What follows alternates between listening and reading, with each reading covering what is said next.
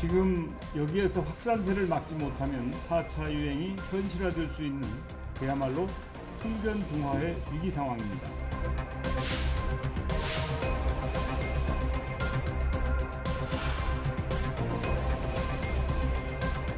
Our pharmacovigilance system is working and have allowed us to come to science-based recommendations to allow the safe and effective use of this vaccine.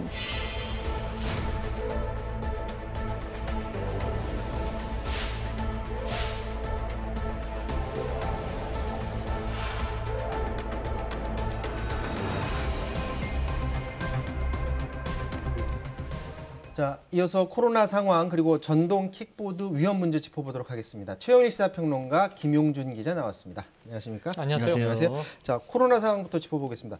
신규 확진자가 700명이나 됩니다. 상당히 우려스러운 상황인데요. 그렇습니다. 다시 석 달 전으로 시간을 되돌아간 것 같습니다. 지난 1월 7일이었나 싶어요. 그때 800명 넘은 이후에 지금 한 91일 이후로 확진자가 최다입니다. 일주일 사이에 지금 보시는 것처럼 400명대, 500명대에서 600명대, 지금 700명 선까지 올라왔고요. 지금 사실상 4차 대유행 국면이 시작됐다고 보는 전문가도 있습니다. 또 일부 전문가들은 어느 때보다도 지금 잠재적 감염자가 많이 축적된 상태라서 어디까지 확진세가 더 폭발할지 우려가 크다 이런 얘기도 전해줬습니다.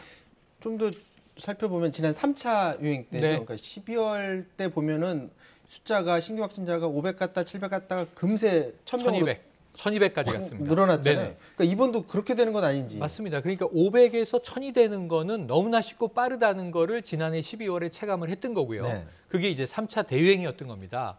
다시 말씀드리지만 2차 유행 8월 달에는요. 최고치가 441명에서 멈췄다고요. 근데 12월에는 500 이상을 계속하다가 600, 700, 1000, 1200 깜짝 놀랐었죠.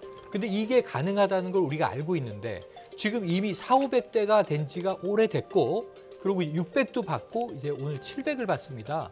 그럼 언제든 1000, 1200도 가능한 수치다. 사실은 전문가들은 1000에서 2000 사이도 나올 수 있다고 이제 위험을 경고하고 있는데 지금 실제로 다른 지표들을 보시면요. 비수도권 비율이 점점 늘었습니다. 많을 땐 40% 되고요. 지금 적을 때도 23% 정도 됩니다. 그러면 이제 수도권만 밀집해서 퍼지는 게 아니라 수도권, 비수도권이 섞이고 있어서 거리 두기는 다르게 적용하는데 아무 의미가 없습니다. 다 동시에 퍼져 있다는 게 이제 검증이 되고요. 또 한 가지는 지금 우리가 제일 자랑했던 게 역학조사예요. 초발 환자 못 찾는 경우가 4분의 1입니다. 26% 이상이 감염 경로를 확인할 수 없는 확진. 이렇게 되면 지금 다 뚫려 있는 거거든요. 그래서 위험하다는 이야기가 나오는 겁니다. 자, 실제 이쪽 전문가들은 어떻게 현 상황을 보고 있는지 한번 보고 오도록 하겠습니다.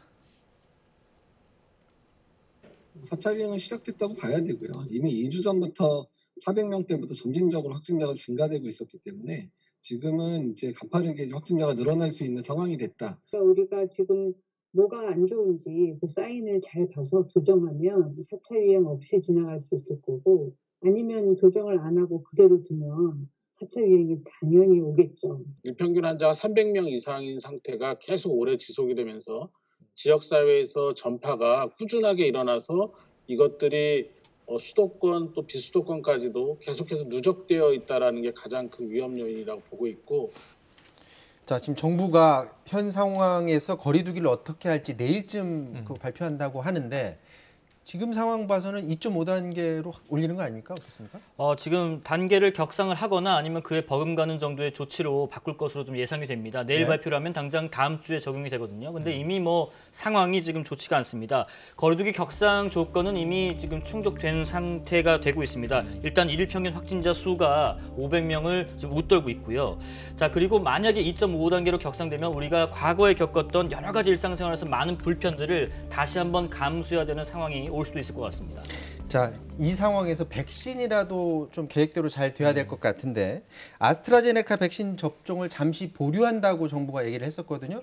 그런데 이 잠시 보류했던 거를 다시 접종을 재개할지 여부를 곧 발표한다고 합니다. 정부 발표 내용 잠깐 보고 오도록 하겠습니다.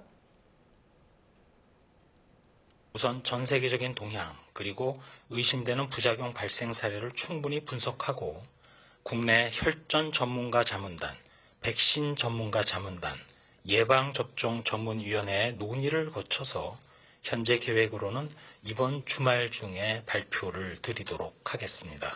예방적 차원에서 접종을 중단했던 만큼 각계 전문가 의견을 충분히 수렴하여 향후 접종 재개 등에 대해서 과학적이고 안전한 결과를 도출해내도록 하겠습니다. 정부가 아스트라제네카 백신 당초에는 이게 문제가 없다, 혈전 생기는 거랑 백신이랑 상관이 없다고 얘기를 했다가 보류를 했다라는 거는 우린 정부가 확인을 해서 보류한 게 아니라 다른 나라 상황을 보고서 보류를 했던 건가요? 그렇습니다. 지금 유럽 의약품청이라고 EMA라고 있는데 그곳에서 그 논의에서 좀 발표한 내용이 있어요. 그러니까 아스트라제네카 백신이 전반적으로는 혈전 증가와 관련성이 좀 없지만 드물게 발생하는 어떤 그 질환들, 예를 들면 파종성 혈관 응고 장애나 뇌정맥 동혈전증처럼 특이 혈전증 과의 인과성까지는 배제할 수 없다는 거죠. 그러니까 다시 말하면 드물긴 하지만 이 혈전 증가나 혈소판이 감소하는 이런 질환이 접종 뒤에 특히 55세 미만의 여성들에게 발생하는 걸로 알려져서 그런 경종이 있었고요. 그래서 국내에서도 이 접종 대상을 재조정해야 되는 거 아니냐, 특히나 60세 미만 여성에게 그런 얘기가 나왔고 2분기 접종 일부를 접종 계획을 보류하겠다 이런 발표까지 하게 된 거죠. 자, 접종 재개 여부를 곧 발표한다고 하니까 그 이후의 상황은 정부 발표 이후를 좀 보면 될 것 같고요. 자, 코로나 백신 상황은 이 정도로 마무리를 하고